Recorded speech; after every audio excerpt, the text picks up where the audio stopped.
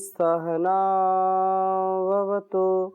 सहनौ भुनक्तु सह वीर्यं करवावहै तेजस्विनावधीतमस्तु मा विद्विषावहै। ओम शांति शांति शांति। वैदिक जीवन पद्धति की इस कक्षा में आप सभी का हार्दिक स्वागत है, अभिनंदन है। कल्याणी वेदवाणी का स्वाध्याय हम कर रहे हैं। ऋग्वेद के चतुर्थ मंडल के 44वें सूक्त तक हमने स्वाध्याय किया है, कुछ मंत्रों को लिया था और 45वें सूक्त के मंत्रों का स्वाध्याय आज हम करेंगे। बहुत ही सुंदर बात कही है चौथे मंत्र में। यह हमारा जीवन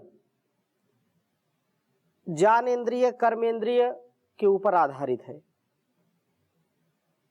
जब हम अपने इंद्रियों पर नियंत्रण पाते हैं, इंद्रियों का नियमन करते हुए आगे बढ़ते हैं, तो निसंदेह हमारे लिए कोई भी विघ्न बाधा, कोई संकट हमारे लिए बड़ा नहीं होता, अपितु हमारे द्वारा उसका शमन कर दिया जाता है, उसका विनाश कर दिया जाता है। प्राण साधना से, योग साधना से हम शक्तिशाली बनते हैं, हम शक्ति और अर्पित और समर्पित करने वाले बनते हैं, देश समाज राष्ट्र का रक्षण करने वाले बनते हैं। तो निसंदेह यह ज्ञान शक्ति, भक्ति और मुक्ति से युक्त करने वाला ज्ञान है। वेदों का ज्ञान सबसे महान है और इस ज्ञान से जो युक्त हो जाता है वो सभी दुखों से मुक्त हो जाता है। उसकी इंद्रियां भी, उसका मन भी, उसकी बुद्धि भी आत्मस्थ स्वस्थ हो जाते हैं। आत्मा अपने स्वरूप को पहचान लेता है, प्राप्त कर लेता है। तो इंद्रिय अश्व कैसे श्रेष्ठ हो, बहुत ही निर्विघ्न निष्पाप होकर के हम जीवन जी पाएं। तो चौथे मंत्र को मैं आपके समक्ष लिखता हूं, फिर चर्चा करूंगा। 45वें सूक्त का यह चौथा मंत्र है। ओम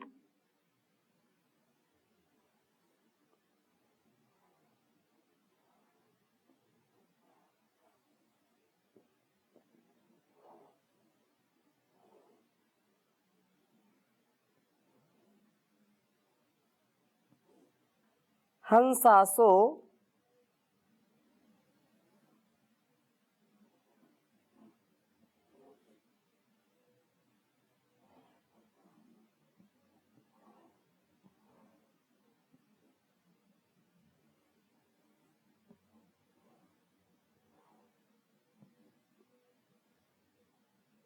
ये वाम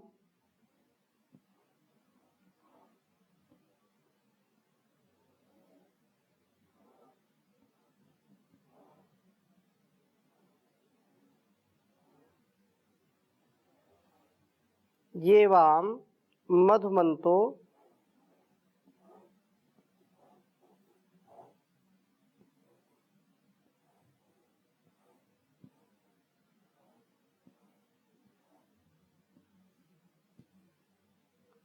मधुमंतो अस्त्रिधो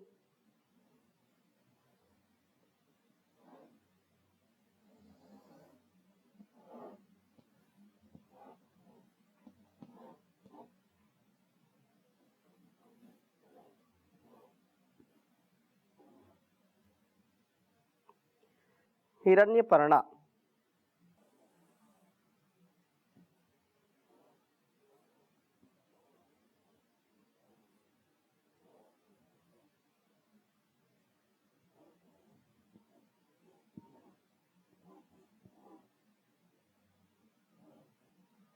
हिरण्यपर्णा उहुव उषर्बुधः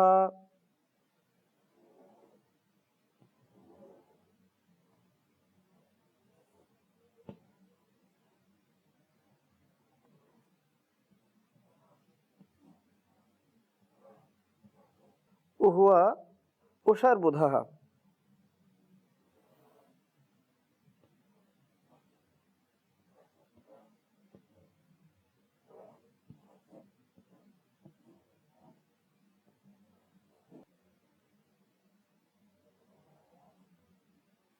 उदप्रुतो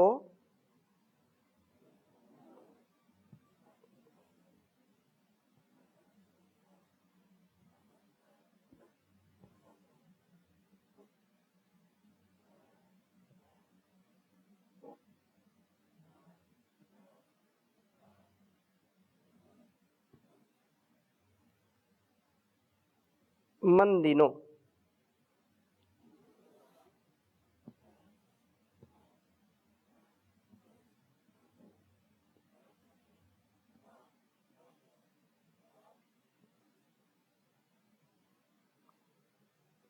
मंदिनिस्पृशो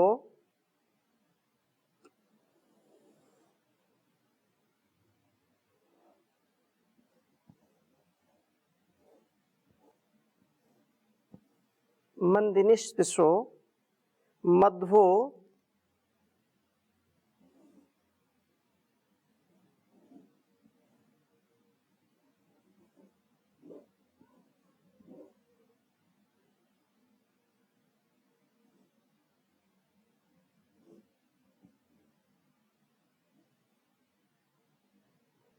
नमक्षः।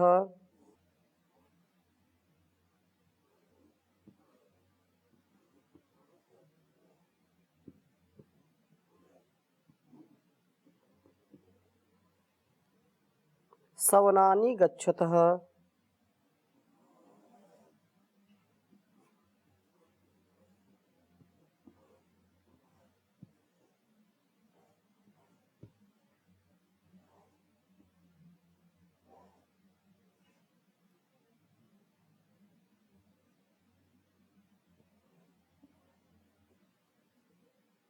गच्छतः।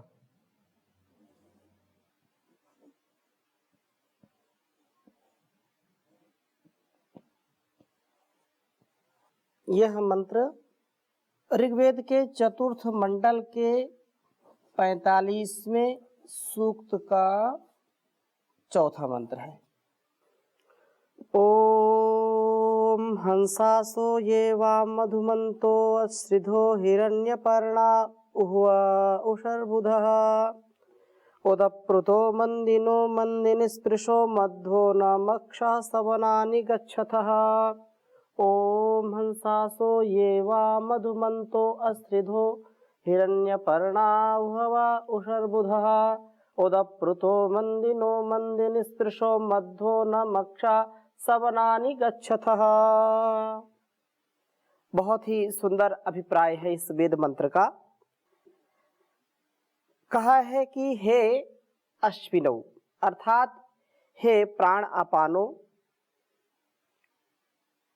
ये जो वाम आपके उह्वः वहन करने वाले अश्व हैं, वे हमारे सवनानी जीवन यज्ञ के प्रातः सवन, माध्यम दिन सवन तथा सायंतम सवनो जो में गच्छता प्राप्त होते हैं, उसी प्रकार प्राप्त होते हैं। न जैसे कि मक्षः जो मक्खियाँ मध्वः शहद के छत्ते को प्राप्त करते हैं, तो उसी प्रकार से यहाँ पर कहा कि इंद्रियां ही अश्व हैं, ये प्राण आपान के लिए कहलाते हैं। इसलिए प्राण शक्ति काम करती है इनमें, इसलिए प्राण आपान ये इंद्रियां अश्व हैं, क्योंकि इंद्रियाणी हयानाहुर। कठोपनिषद में कहा आत्मानम रथिनम विद्धि शरीरम रथमेव तु बुद्धिम तु सारथिम विद्धि मनः प्रग्रह में उचा। इंद्रियाणी हयानाहुर विषयांस्तेषु गोचरान आत्मेन्द्रिय मनोयुक्तम भोक्ते त्याहुर मनीषिणः। तो इंद्रियां हमारी घोड़े के समान, अश्व के समान, जैसे ये अश्व होते हैं जो बहुत तीव्रता से दौड़ते हैं, अशुंग व्याप्तौ जो मार्ग को जल्दी ही पूरा कर लेते हैं, लक्ष्य पर जल्दी पहुंच जाते हैं। तो ये हमारी इंद्रियां ही क्या है, अश्व हैं। और ये प्राण अपान के इसलिए ये कहलाते हैं कि प्राण शक्ति ही तो इनमें काम करती है।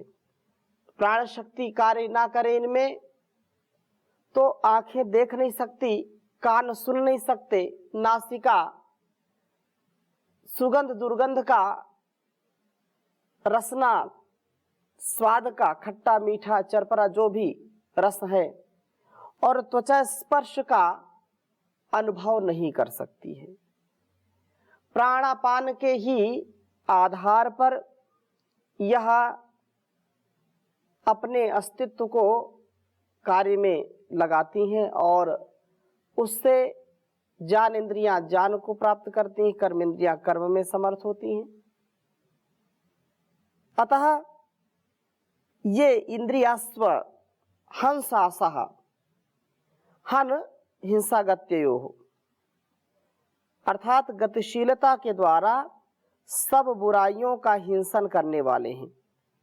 जहां मति के साथ गति है वहीं पर प्रगति है, और जहां पर लक्ष्यहीन संकीर्ण विचारधारा, जहां पर अल्पज्यता है, जहां पर मूर्खता है, जहां पर दंभ है, अहंकार है, जहां पर टकरार है, कुसंस्कार है, वहां पर अवनति की प्राप्ति होती है। गति नहीं, प्रगति नहीं, दुर्गति की प्राप्ति होती है। क्योंकि इंद्रियां तो बहिर्मुख है। परांचिखानी विपरीत स्वयंभू तस्मात् परांग पश्यति न अंतरात्मानम कश्चित धीरा प्रत्येगात्मानम ऐच्छत। ये संसार का नियम है।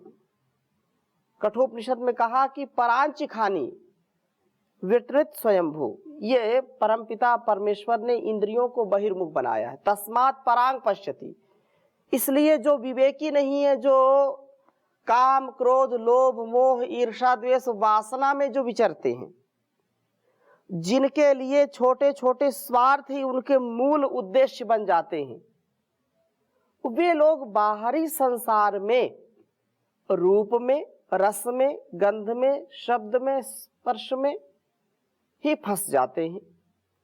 इससे वो ऊपर उठ ही नहीं पाते।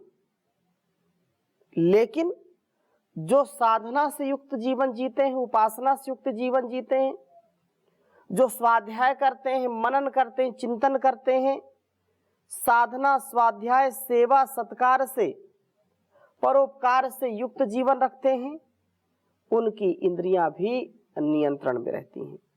और ये व्यक्ति के कलमश को, व्यक्ति के दुर्गुणों को, दुर्व्यसनों को नष्ट कर डालती है। ऐसा स्वभाव, ऐसा प्रभाव होता है। तो अपने अपने कर्म में लगे रहने से ये विषयों में फंसती नहीं है। क्योंकि बहुत हम विषयासक्त होकर के भी जीवन को नहीं जी सकते, और जो अज्ञानता पूर्वक, अविवेक पूर्वक हमारा वैराग्य हो जाता है कभी कभी, उससे भी हमारा कल्याण होने वाला नहीं है। क्योंकि क्षणिक उत्साह, क्षणिक वैराग्य व्यक्ति को अधिक दूर तक, लक्ष्य तक नहीं पहुंचा पाता है। इसलिए हम इन इंद्रियों को विषयों में ना फंसाएं, इंद्रियों को नियंत्रित रखें, व्यवस्थित रखें। उसके लिए प्रार्थना हम करते हैं। और कहा कि मधुमंतः, स्वस्थ इंद्रियां जीवन को अत्यंत मधुर बनाने वाली हैं। इंद्रियों का विशेष प्रयोजन है, क्योंकि बिना प्रयोजन के तो संसार में परम पिता परमेश्वर ने कुछ भी नहीं बनाया। हमको हो सकता है कि अल्पज्यता के कारण पता चले कि इसका तो कोई लाभ ही नहीं है, क्यों बना दिया। लेकिन एक एक व्यक्ति, एक एक वस्तु जो भी परमात्मा के द्वारा बनाए, एक कण भी निरर्थक उसने नहीं बनाया, ऐसा हमारा दृढ़ विश्वास होना चाहिए। तो इस प्रकार से कहा कि इंद्रियां जब नियंत्रित रहेंगी, इंद्रियों को विषयों में नहीं फंसने देंगे, तो मधुमन्तः, स्वस्थ इंद्रियां जीवन को अत्यंत मधुर बनाने वाली हैं।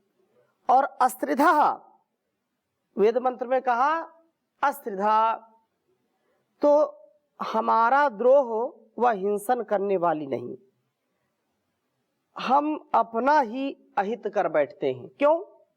क्योंकि इंद्रियां हमारे जब वश में नहीं होती हैं। हंसासो कहा यहां पर, और हंस का तात्पर्य यही है कि जो निरक्षीर विवेकी हो। हंस से हमारे गुण मिलते जुलते होने चाहिए, अर्थात सार सार को गहे थोथा दे उड़ाए। हंस के विषय में आया है कि हंस जैसे पानी को अलग और दूध को अलग कर देता है, ऐसे ही हमारी इंद्रियां अपने अपने व्यवहार को करते करते उसके तथ्य को, उसके सत्य को, उसके कल्याणकारी स्वभाव से ही युक्त होकर के व्यवहार करे, जिससे स्वयं का रक्षण होगा। अब किसी को भोजन में बड़ी आसक्ति है, चिकित्सक ने मना कर रखा है कि आपको मीठा नहीं खाना, चिकित्सक ने मना कर रखा है, डॉक्टर ने, वैद्य ने परामर्श दिया कि आपको तला भुना, ज्यादा मिर्च मसाले वाली चीजें नहीं खानी, परंतु जब घर आए, निमंत्रण गए, तो उन्हीं चीजों को देख करके व्यक्ति के मन में लालच आता है, लोभ आता है, और उस विवेक को खो बैठता है कि इस आहार को लेने से मेरा पेट खराब हो सकता है, मेरी बीमारी, मेरा रोग बढ़ सकता है, मैं अधिक रुग्ण हो सकता हूं, और बिल्कुल वह सरेंडर हो जाता है, रसना के वश में आ जाता है। रसना उसको फंसा लेती है, तो वह बीमार होगा। लेकिन जो दृढ़ है कि नहीं, मुझको एक बार भी गलत आहार, गलत विचार, गलत व्यवहार अपनी इंद्रियों से नहीं करना, तो वही व्यक्ति तेजस्विता से युक्त हो जाता है। वही व्यक्ति 100 वर्ष तक भी निरोगी काया रखता है। तो हमारा अस्त्रिधा, हमारा द्रोह व हिंसन करने वाली नहीं होती इंद्रियां। हिरण्यपर्णा, वीर्य व जान द्वारा ये हमारा पालन पूर्ण करने वाली हैं। वीर्य द्वारा हमारा रक्षण होता है, और ब्रह्मचर्य प्रतिष्ठायाम वीर्य लाभा कहा है ऋषि ने। तो वीरता, शूरता, धीर गंभीरता से हम युक्त हो जाते हैं, धीरता गंभीरता हमारे अंदर आ जाती है। जान द्वारा हम पूर्णता को प्राप्त कर लेते हैं, क्योंकि बिना ज्ञान के व्यक्ति कभी भी पूर्ण नहीं हो सकता है। हिरण्यम वै वीर्यम, हिरण्यम वै ज्योति, ये ज्योति स्वरूप है, ये शुद्ध स्वरूप है। जितना जितना हम ब्रह्मचर्य का पालन करके वीर्य का स्थापन करेंगे, ऊर्ध्वरेता बनेगी, ऊर्ध्वचेता बनेगी, उतना उतना हमारे अंदर दिव्यता का भाव स्थापित होता चला जाएगा, हम पूर्ण रूप से स्वस्थ रहेंगे। और उषर बुधः, ये उषा काल में ही प्रबुद्ध होने वाली हैं। ये इंद्रिय रूप अश्व उदप्रुतः, वीर रूप जल से अपने को सिक्त करने वाली हैं। मंदिनः, अत्यंत प्रसन्नता वाले हैं। मुदहर्षे, तो कहा है कि अत्यंत प्रसन्नता वाले हैं। और मंदिनी स्पृशः, उस आनंदमय प्रभु से हम प्रार्थना करें और उसी में अपने आप को समाहित करें। आनंदमय प्रभु में स्पर्श करने वाला है, या सोम रक्षण से कर्मेंद्रियां सशक्त होती हैं और ज्ञानेंद्रियां दीप्त होती हैं, प्रकाशित होती हैं। इसलिए प्राण साधना से हमारा अस्तित्व बहुत ही व्यवस्थित होता है। इंद्रिय अश्व निष्पाप बन करके, हंस बन करके, धवल शुभ्र बन करके अंततः प्रभु को प्राप्त होते हैं। हम अपनी इंद्रियों का नियंत्रण रखें, इंद्रियों को बहिर्मुख ना होने दें और सतत इस राह पर, इस मार्ग पर हम आगे बढ़ते रहेंगे तो निसंदेह हमारा शुद्ध ज्ञान, शुद्ध कर्म, शुद्ध उपासना हमको अत्यंत महनीय जीवन देगी। लेकिन यदि इससे भटक गए, आज लोग भटक रहे हैं, बिरले लोग उस प्रभु की शरणागति को प्राप्त हैं। इसलिए बहुत सुंदर बात कही है, परम पिता से प्यार नहीं, शुद्ध रहा व्यवहार नहीं, इसीलिए तो आज देख लो सुखी कोई परिवार नहीं, सुखी कोई परिवार नहीं। फल और फूल अन्न इत्यादि समय समय पर देता है, लेकिन अचरज ऐसा बदले में कुछ नहीं लेता है। करता है इनकार नहीं, भेदभाव टकरार नहीं, ऐसे दानी का वो बंदे करता जरा विचार नहीं, करता जरा विचार नहीं। मानव चोले में ना जाने कितने यंत्र लगाए हैं, कीमत कोई आंक सकाना ऐसे अमूल्य बनाए हैं।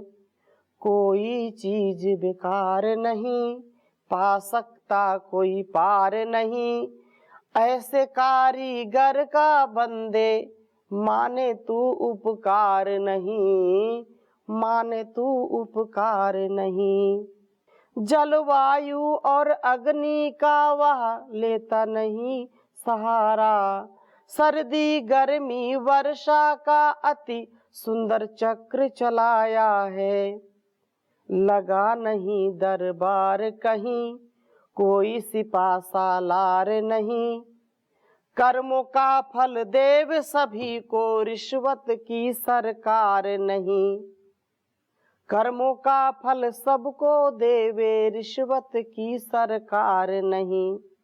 सूरज चांद सितारों का तो बिजली घर नहीं बना हुआ, सूरज चांद सितारों का तो बिजली घर नहीं बना हुआ।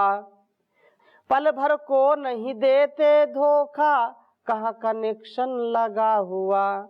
सूरज चांद सितारों का तो बिजली घर है बना हुआ, पल भर को नहीं देते धोखा, कहाँ कनेक्शन लगा हुआ।